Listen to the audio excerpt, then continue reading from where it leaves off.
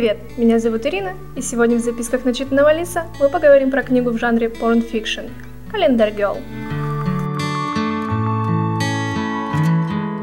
Обычно я предпочитаю читать проверенные временем книги, но что заставило меня взять в руки столь сомнительную вещь? Несмотря на многочисленные отзывы блогеров, я не задумывалась о прочтении до тех пор, пока один из авторитетных ресурсов тонко не намекнул, что книга потрясающая, а за ее рецензии еще и приз дадут. Ох уж эти хитрые маркетологи. Сюжет банален. Есть некая девушка с довольно странными финансовыми проблемами. Ее отец задолжал ее бывшему крупную сумму денег, а именно $1 000 000. И этот бывший встречался с ней только для того, чтобы в итоге подставить отца. Уже звучит сомнительно, согласитесь? Приложив хорошенько нерадивого азартного папашу и отправив его в кому, бывший говорит: либо в течение года возвращаешь деньги, либо папе не жить совсем, даже в коме. И что придумывает главная героиня Мия?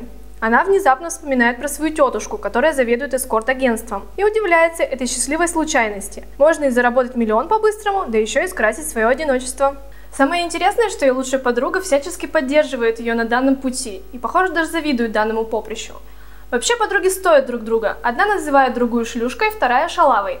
Одна работает в эскорте, вторая в шоу-бурлеске, но хочет пристроиться получше, чтобы ничего не делать и только трахаться. Так как план Мии зарабатывать по 100 000 в месяц, это ж сколько шлюхи нынче получают. Ничего себе, сколько стоят нынче услуги эскорта. Причем автор нам открыто говорит, что еще связи важны в этой профессии, а внешность уже не очень. Что касается меня, то я не страдала отсутствием форм. 8 размер, иногда даже 10, если говорить откровенно. В модельном бизнесе меня бы, вероятно, сочли моделью размера плюс. Те косметические процедуры, которые для большинства наших девушек выглядят вполне закономерно, маникюр, педикюр, стрижка, депиляция, чистка лица, для Мии что-то из ряда вон выходящее. Более того, она описывает их как филиал ада на земле. Это деморализует. Я представить не могу, чего ради женщины добровольно соглашаются на такое, если им не платят кучу бабла. Я, по крайней мере, рассчитывала получить по завершению своих страданий кругленькую сумму. А они-то зачем? То есть примерно можете представить себе красотку Мии до работы над ней стилистов и косметологов. А еще она постоянно творит несуразные вещи, хоть и подчеркивает, что она далеко не глупая. Так, например, на первую встречу с клиентами она постоянно надевает рождественские носки, или как она их называет, уродливые гольфы, для того, чтобы проверить мужчин. Что? Проверить мужчин? Да тебе платят, чтобы ты не доставляла проблем, а не вот это вот все. К тому же ее речь, как и поведение, не отображает высокого интеллекта. И вот только несколько примеров. Мне пока не приходилось ездить в лимузинах, но когда мы подошли к машине, Уэс искоса взглянул на меня и загадочно улыбнулся. «Тебе уже приходилось кататься на лимузине?» – спросил он, явно забавляясь моей реакцией. Я расправила плечи и направилась к машине так решительно, словно ездила в них 1 000 000 раз. Разумеется. Я потянула на себя дверцу, Уэс расхохотался, прикрывая рукой рот. Я съежилась, не понимая, что тут смешного. «Тогда почему ты пытаешься сесть рядом с шофером?» Он кивнул на дверцу, которую я открыла. Заглянув внутрь, я обнаружила, что смотрю прямо на руль. «А тебе, друг мой, придется обхватить меня своими пухлыми окорочками». Уэстон Чарльз Ченнинг III. Когда я пишу твое имя таким образом, мне становится смешно. Ты когда-нибудь произносил свое имя вслух? Сделай это ради меня. Это реально смешно, ты будешь ржать. Я ржала. А вы заметили, у Мии вообще странное чувство юмора.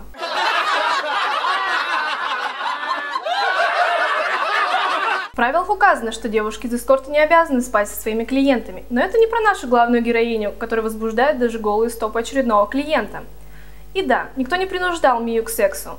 Она сама приходила, а потом удивлялась, когда клиенты платили ей за это. Мол, за кого вы меня принимаете? Первый клиент даже хотел выплатить за нее долг, но Мия отказалась. Наверное, потому что ей понравилась ее новая работа. Иного логического вывода я не могу сделать. Ох, ну я и влипла. Я даже еще не рассталась с Уэсом, а уже пускала слюни при мысли о следующем парне. Да я просто шлюха. Я прочла только первую книгу, где описывается 3 месяца работы Мии. Но вообще, она воспринимала эту работу довольно высокопарно. То персональный помощник, то муза, то психоаналитик для гея. Это даже напоминало настоящую работу. Как будто я была персональным помощником Уэстона Чарльза Ченнинга III, а не нанятой по контракту проституткой. Ладно, технически говоря, я не была проституткой, хотя и вступила в сексуальные отношения с клиентом на первом свидании. Но это все потому, что я была возбуждена и одинока, а он был знойным красавцем, плюс результат низкой самооценки. Что касается самооценки, то у нее она явно хромает. Стоит очередному клиенту сделать ей комплимент, как она замирает и мысленно повторяет эти слова. Свет фар. Не тормози, моргай, моргай, моргай, моргай. Свет фар. Вот олень! Ну и что уж говорить, Одри Карлон прописала всех своих персонажей как на подбор. Один мускулистый серфер, второй раскачанный боксер, третий вдохновенный художник, двойник Бена Аффлека. Хотя это не точно. За автором наблюдается такой грешок, как незнание собственных персонажей, будто она писала роман, а может и все 3 за неделю. И ни у нее, ни у ее редакторов не нашлось времени перечитать рукопись. По ходу действия книги герои меняют возраст, вес, рост. Но самое интересное, что к концу книги автор забыла, что Мия на дух не переносит виски. Я чуяла виски за милю, и этот запах не вызывал приятных воспоминаний. Виски – единственный вид спиртного, который я на дух не переносила. Автор так рьяно прописывает антипатию Мии к виски, что это невозможно не запомнить. Но к концу романа Карлон внезапно выдает: «Знаете, этот Джемисон мой старинный приятель. Приятно будет возобновить нашу дружбу», – ухмыльнулась я. Мы с Гектором переглянулись, после чего он пожал плечами, поднял руку и ткнул пальцем в 2 пустые стопки. Деклан без лишних проволочек наполнил их.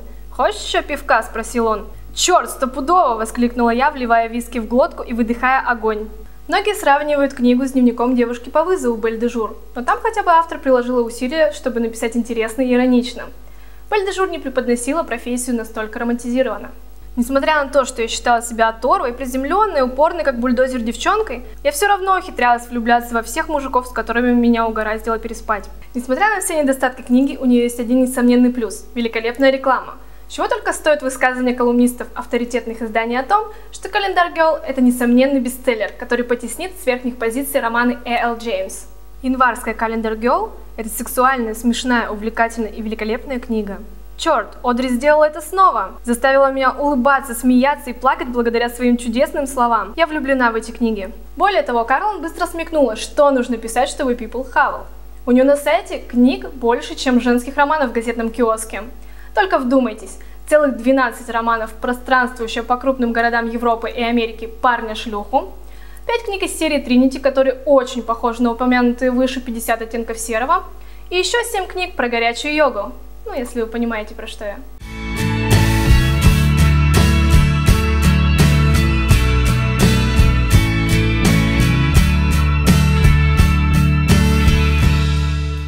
Я была удивлена, когда увидела очень много положительных отзывов от блогеров и просто любителей книг.